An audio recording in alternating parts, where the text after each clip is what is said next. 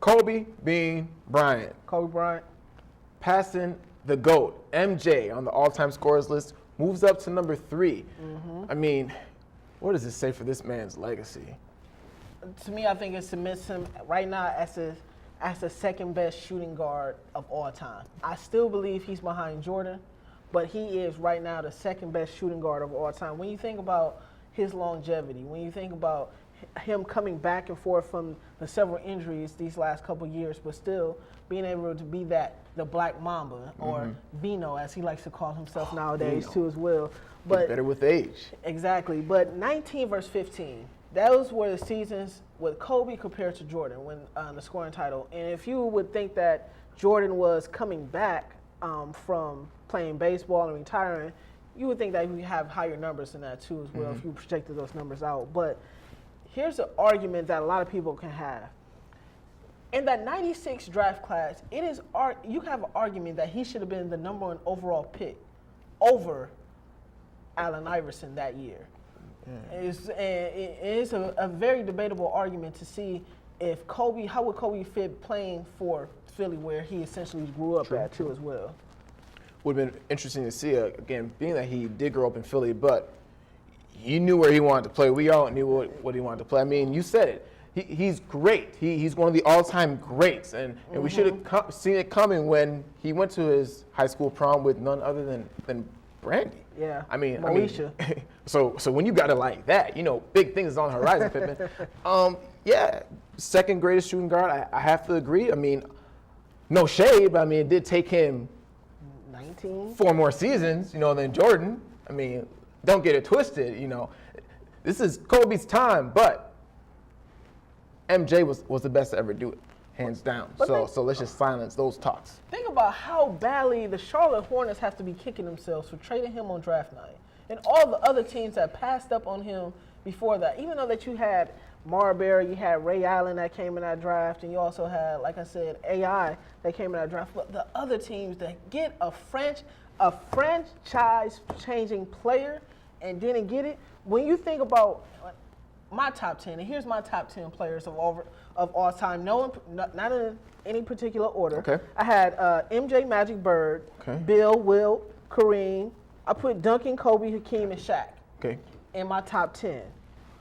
Outside looking in, I might be able to budge in there sometime in the near future. Could be LeBron and KD, depending on how their careers end out. So, what about you? I mean, I would say the same thing. Now, we didn't get to watch, some of the really greats from back in the day. So I'm gonna put him at 12. Okay. I pretty much have the same top 10 as you. So I'm gonna leave some spots in there. We'll put it at 13. We'll leave 2 spots in there for like the Oscar Robinsons, players from way back in the day. Again, great for Kobe, great achievement. But let me throw this in there. Wouldn't it have been interesting if Melo had gone to LA instead of staying in New York? And it probably worked out better for him, because it probably would have taken another 3 seasons for him to break this record, because you know how Melo likes to shoot the ball.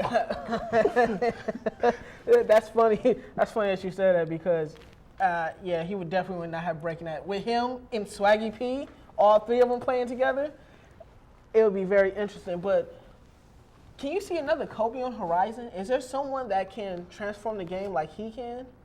I mean, a lot of these young guys coming up, they have that hunger. But while they're very hardworking players, they just don't compare. One of the reasons why people don't mind associating Kobe and comparing him to MJ is because they have the hunger. You can see it. Even MJ himself, he'll laugh at everybody else. But when you bring up Kobe, Kobe is the one. Kobe Bryant's the one basketball player out there that MJ probably wouldn't mind comparing himself to. But he's the GOAT. He's the GOAT. Watch out for Wiggins. He could possibly be the next Kobe, depending on if he works on his game a little bit. But we'll see. But let's transition over there to Shed's block. Shed, what do you think about Kobe's legacy as we move forward? Yeah, I don't like that you guys trying to throw shade at my boy Melo going to LA. That's a whole nother topic that I can really dive into, because I don't think there's a future in LA with Mitch Kupchak there. But let's talk about something else. Kobe Bryant, congratulations. for passing Michael Jordan on the all-time scoring list. I was there at the Target Center, saw him do that. Respect to the man. I'm not the biggest Kobe fan, but I do give respect when respect is due. You know, that is a great accomplishment.